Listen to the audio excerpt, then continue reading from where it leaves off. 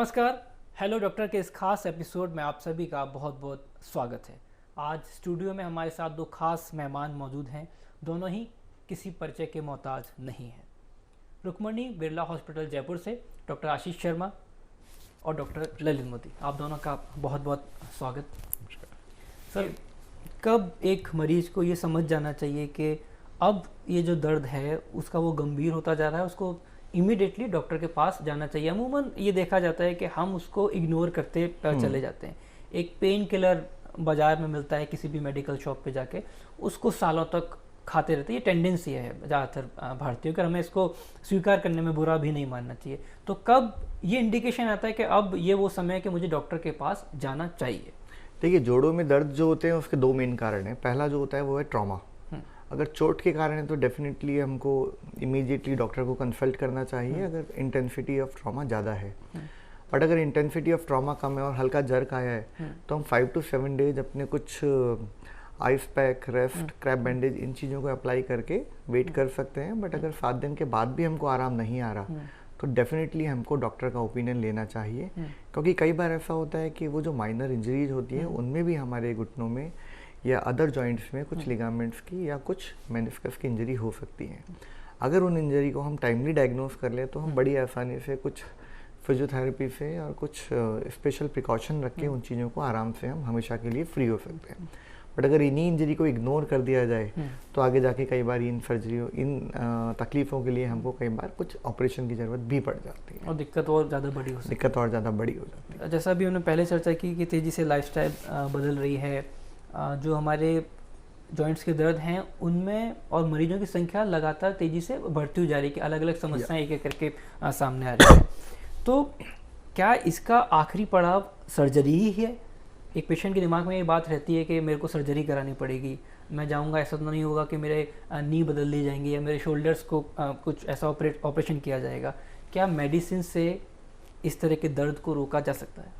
देखिए, अगर ये दर्द आर्थराइटिस के कारण है और अगर हम सही स्टेज में, अर्ली स्टेज में अगर हम इसका इलाज चालू कर देते हैं और कुछ प्रिकॉशंस जो हमारे लिए बहुत ज़रूरी होती हैं अगर हम उनको यूज़ कर लेते हैं तो जो नेचुरल जॉइंट्स हमको भगवान ने दिए हुए हैं उनको ही हम मैक्सिमम टाइम के लिए यूटिलाइज कर सकते हैं। ऐसा नहीं है कि हर मरीज को ही जॉइंट रिप्लेसमेंट की ज़रूरत होती है। हमने कितने ही अपनी फैमिली में लोग देखे हैं जिनकी एज 95 ईयर्स है and they are doing well, उनको कभी भी घुटनों की दिक्कत नहीं आई या आई तो इतनी माइनर आई कि जिन्होंने आसानी से एक्सरसाइज वगैरह करके इसको ठीक कर लिया। बट अगर हम उस स्टेज में पहुंच गए हैं जहां पे हमको लगता है कि हमारी दिनचर्या ही मुश्किल हो गई है, हमारे रोज़ के काम, मंदिर जाना बंद हो गया है, किसी शादी से इनविटेशन आता है तो डर लगता है कि कैसे जाएंगे, तकलीफ है। अगर हम उस स्टेज में आ गए हैं कि हमारी रूटीन एक्टिविटी कॉम्प्रोमाइज़ हो गई है तो डेफिनेटली उस स्टेज के लिए ऑपरेशन जो है वो बेस्ट विकल्प है, क्योंकि उससे हम वापस पेशेंट को नॉर्मल लाइफ में भेज सकते हैं जहाँ पे वो वापस पहले की तरह सारी एक्टिविटी कर सकता है। शोल्डर की सर ने बात करके, पहले तो ये देखा जाता था कि सिर्फ नी रिप्लेसमेंट किए जाते थे। अब जैसे जैसे मेडिकल साइंस आगे बढ़ी है, शोल्डर रिप्लेसमेंट हो रहे हैं। तो ये किस तरीके से होते हैं और क्या जितनी संख्या में नी रिप्लेसमेंट की शिकायतों को लेके पेशेंट पहुंचते हैं, क्या अभी ये उतनी ही संख्या है? नहीं, देखिए, शोल्डर रिप्लेसमेंट जो है वो रिलेटिवली अनकॉमन है। उसका कारण क्या है कि शोल्डर आर्थराइटिस, जैसे सर ने भी आपको बताया कि एशियन पॉपुलेशंस जो है वो मोर प्रोन है नी आर्थराइटिस के लिए, but at the contrary shoulder arthritis जो है वो एशियन पॉपुलेशंस में कम होता है। अगर वो कम होता है तो उनको तकलीफ भी कम होती है और उनको रिप्लेसमेंट की ज़रूरत भी कम पड़ती है। बट फिर भी ऐसा होता है, अगर मैं आपको बोलूँ तो अगर 400 to 500 नी रिप्लेसमेंट होते हैं तो 1 या 2 शोल्डर रिप्लेसमेंट होते हैं, जो इनका रेशो है। But the good thing about shoulder replacement कि शोल्डर रिप्लेसमेंट के रिजल्ट भी उतने ही सक्सेसफुल हैं जितने नी रिप्लेसमेंट के हैं। और कई बार शोल्डर में ऐसी कंडीशन आ जाती है कि मरीज़ काफ़ी ज़्यादा क्रिपल्ड हो जाता है। इवन नी पेन का ऐसा होता है कि जब मरीज चलता है तब मेनली दिक्कत होती है। बट शोल्डर आर्थराइटिस में क्या होता है, अगर पेशेंट रेस्ट कर रहा है और इवन नींद लेने की भी कोशिश कर रहा है तो भी उसको काफ़ी दर्द होता है। तो नाइट पेन एक बहुत कॉमन सिम्टम है जिससे उनके लिए रेस्टलेस नाइट होती है। और ये ऑपरेशन करा के जब वो पूरी तरह ठीक हो जाते हैं, जब उनका कंधा पूरी तरह नॉर्मल काम करने लगता है तो they are more than happy. उनको लेके सर ने एक चर्चा की, बहुत कॉमनली इस वर्ड को यूज़ किया जाता है किसी व्यक्ति के, खासतौर पे स्पोर्ट्स जगत से जुड़े जब हम लोगों से मुलाकात करते हैं तो किसी का करियर भी एक तरीके से दाव पर लग जाता है जब उसकी इस तरह की इंजरीज हो जाती हैं। सर अमूमन लिगामेंट इंजरीज को कैसे समझा जाए और क्या इसका इलाज पूरी तरीके से एक स्पोर्ट्समैन के लिए संभव है, वो दोबारा से अपने करियर में वापसी कर सकता है? यस देखिए, आज की तारीख में जैसे जैसे हमने स्पोर्ट्स इंजरीज में आगे स्टडीज़ की हैं और जैसे जैसे हम अपने जॉइंट्स के स्ट्रक्चर को समझने लगे हैं, तो फर्स्ट हम प्रिवेंशन पे ध्यान देते हैं। तो प्रिवेंशन के लिए आजकल स्पोर्ट्स पर्सन के साथ बहुत ही अनुभवी टीम होती है जो उनको बताती है कि किस तरह से स्पोर्ट्स खेलना है, किस तरह से उनको अपनी कोर स्ट्रेंथ पे काम करना है और किस तरीके से अपने जॉइंट्स को इस तरीके से यूटिलाइज करना है कि उसमें स्पोर्ट्स इंजरी होने के चांस कम से कम हो।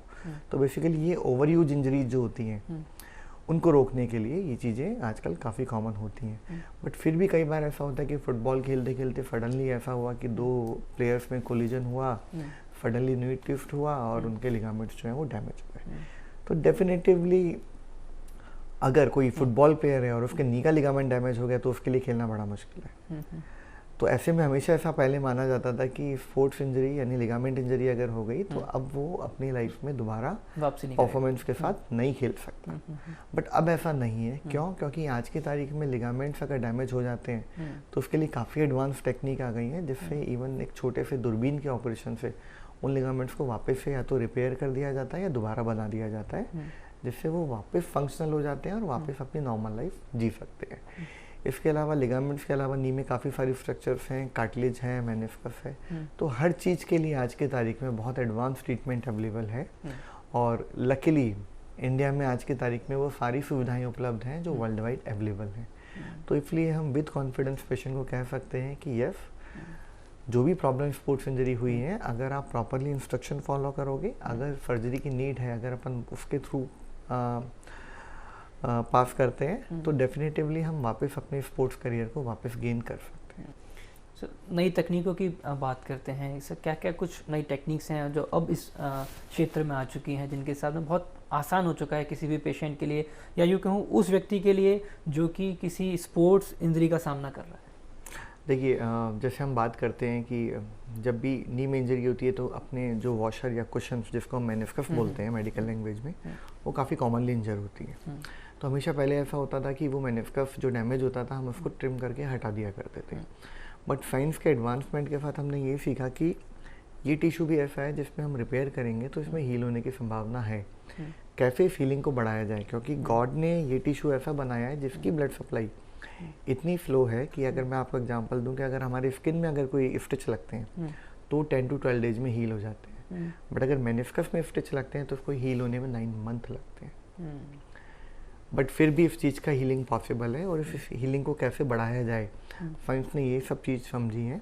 इसी के लिए एक नई डिवाइस डेवलप की है जिससे बाहर से आपको पता भी नहीं चलता है कि 2 स्टिच के थ्रू अंदर इतनी बड़ी सर्जरी हो जाती है और पेशेंट वापस अपनी नॉर्मल लाइफ में आ जाते हैं। सर अंत में आप दोनों से एक बार एक छोटा सा मैसेज लेना चाहेंगे कि प्रिवेंशन के लिए, इस तरह के इश्यूज़ के लिए तो अगर हो जाते हैं तो आप जैसे जो चिकित्सक हैं वो मौजूद हैं ही, लेकिन ये दिक्कतें हो ना, इनसे बच सकें तो क्या मैसेज होगा पब्लिक के लिए? देखिए, इसके लिए ना जनरल पब्लिक को तो मैं एडवाइस करूँगा कि उनको अपनी कुछ ना कुछ फिजिकल एक्टिविटी करनी चाहिए, चाहे वो मॉर्निंग वॉक की फॉर्म में हो, चाहे वो जिम की फॉर्म में हो, चाहे एरोबिक्स हो, चाहे डांस हो, किसी भी तरह से, चाहे वो स्पोर्ट्स हो।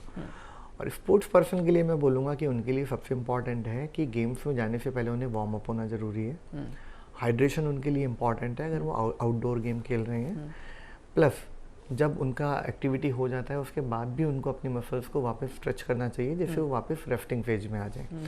तो अगर हम मसल साइकिल को नॉर्मल करके बैलेंस रखेंगे तो हमारी स्पोर्ट्स इंजरी होने के चांस काफ़ी कम हो जाएंगे। और नॉर्मल जनरल पॉपुलेशन जो है अगर वो अपनी बॉडी को एक्टिव रखेगी तो, क्योंकि बॉडी का एक सिंपल रूल है, जो एक्टिव रहेगी वो फिट रहेगी, जो इनएक्टिव रहेगी वो अनफिट हो जाएगी। तो this is the simple rule, हमें एक्टिव रहना ही है। एक दोनों हमारे साथ इस खास चर्चा में शामिल हुए, आप दोनों का बहुत बहुत शुक्रिया। थैंक यू, नमस्कार। अगले हफ्ते एक बार फिर हाजिर होंगे एक नए विषय के साथ में, तब तक के लिए नमस्कार।